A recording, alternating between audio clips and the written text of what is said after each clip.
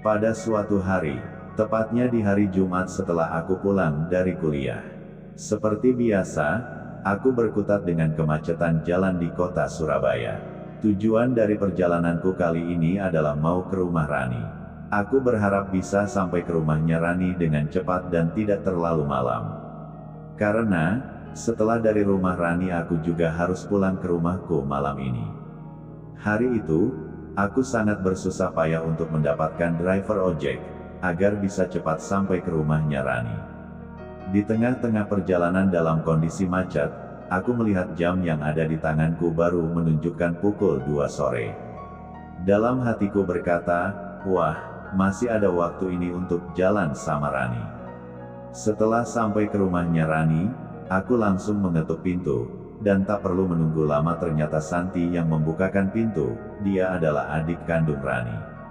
Santi baru kelas 1 SMA, usianya juga baru 16 tahun dan untuk parasnya memang Santi sedikit lebih putih, tinggi dan cantik daripada Rani.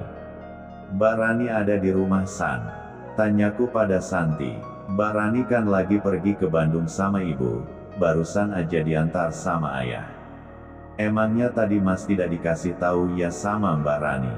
tanya Santi. "Tidak San, tadi Rani tidak kasih tahu Mas kalau mau bepergian," jawabku. "Oh gitu ya Mas, ya udah kalau gitu masuk dulu sini, istirahat di dalam," kata Santi. "Iya San, makasih ya.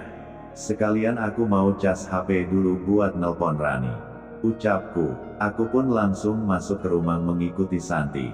Awalnya, di sini aku tidak mempunyai niat apa-apa. Niatku di sini hanyalah untuk beristirahat sebentar dan mengisi baterai HP-ku saja.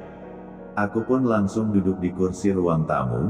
Sementara itu, Santi berjalan terus ke dapur untuk mengambilkan air minum untukku. Pada saat itu juga Santi lagi ngerjain tugas sekolahnya, sebab di situ aku melihat buku-buku berserakan di lantai ruang tamu rumahnya. Beberapa saat setelah aku mengisi baterai HP-ku, aku langsung mencoba untuk menelpon Rani, dan di satu sisi, Santi juga sedang melanjutkan mengerjakan tugas sekolahnya. Saat sedang asyik menelpon Rani, di situ aku tidak sengaja melihat arca kembar yang ulat dan adat di balik hajupisnya. Pada saat itu Santi mengerjakan tugas sambil rebahan, aku pun yang duduk di kursi yang tidak jauh dari Santi, bisa melihat dengan jelas penampakan gunung kembar Santi itu. Memang sih, cuaca saat itu agak panas banget. Jadi tak heran jika melihat Santi hanya memakai baju daster pendek di atas lutut berwarna hitam saat itu. Setelah selesai menelpon Rani, aku mencoba bertanya dengan santai kepada Santi, apa yang sedang dia lakukan itu. Ternyata, dia sedang mengerjakan tugas bahasa Inggris dari gurunya. Di situ saya mencoba menawarkan bantuan ke Santi untuk membantu mengerjakan tugas-tugasnya itu, dan akhirnya Santi pun menyetujuinya. Pada saat aku sedang sibuk mengerjakan tugas Santi, aku juga melihat sekilas perhatian Santi yang saat itu sedikit berbeda. Perasaanku di situ mulai tidak enak. Akan tetapi, karena aku menganggapnya Santi ini anak kecil, jadi aku di situ masih rileks saja. Setelah selesai mengerjakan tugas Santi, tiba-tiba ibuku menelponku. Beliau menanyakan sedang di mana aku. Dan aku pun terpaksa berbohong kepada ibuku dengan menjawab aku lagi ada di jalan. Karena memang ibuku itu tidak menyetujui tentang hubunganku dengan Rani, dengan alasan berbeda agama.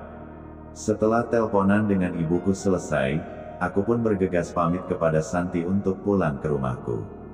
Namun Santi saat itu menolak mengizinkan aku untuk pulang. Dia kembali memintaku untuk mengerjakan tugas-tugasnya lagi. Dia pun juga memintaku untuk menemaninya sampai ayahnya pulang. Ya ampun, anak ini, kataku dalam hati. Dia juga mencoba menggodaku. Dia bilang aku jago bahasa Inggris. Mendengar ucapan itu keluar dari mulutnya dengan nada manja membuatku jadi gugup dan gemetar, apalagi saat itu Santi juga sambil memelukku dari belakang.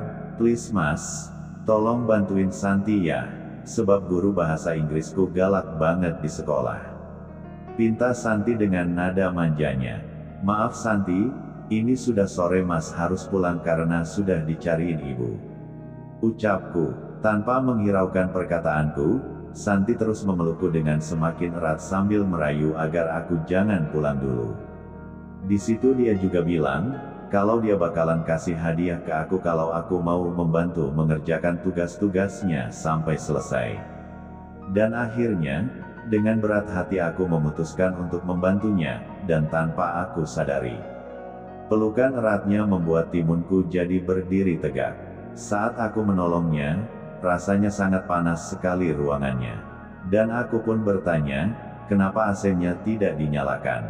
Santi menjawab, kalau dia dari tadi sudah mencari dan tidak menemukan di mana remote AC-nya berada. Karena kulihat dia masih banyak tugas, aku meminta izin untuk melepas bajuku agar aku tidak kepanasan, dan aku juga membuka pintu yang berada di depan agar sirkulasi udaranya jadi lancar, tidak pengap ruangannya. Sesekali kulihat Santi sedang memperhatikanku. Kulihat juga dia mulai basah karena berkeringat.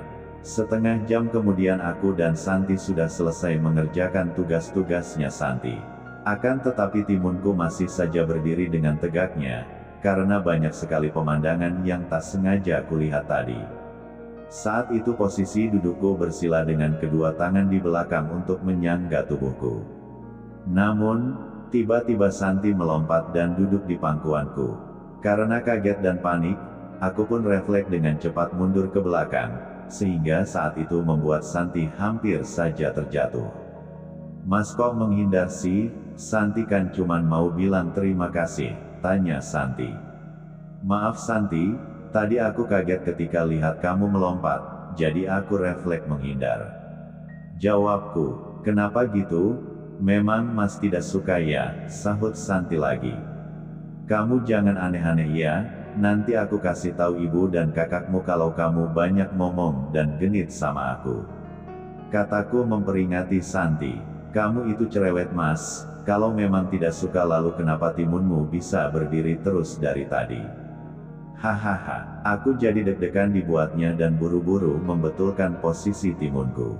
Kebetulan saat itu aku sedang berdiri tepat di depan wajah Santi.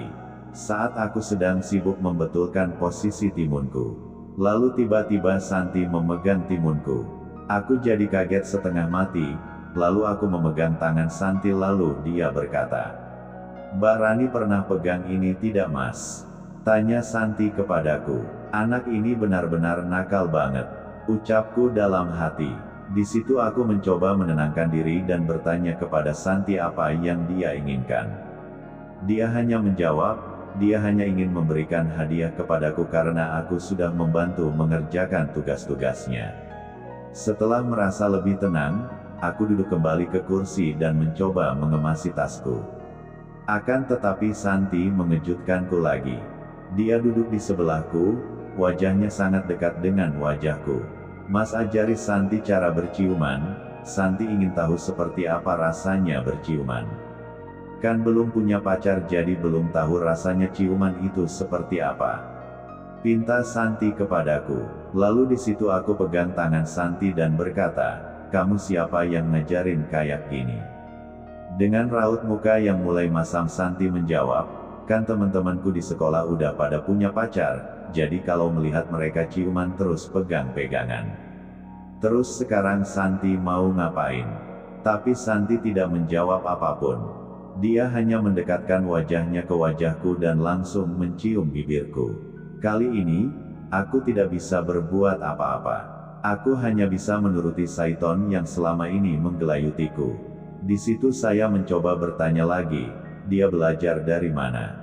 Katanya dia melihat teman-temannya melakukannya saat sedang belajar kelompok.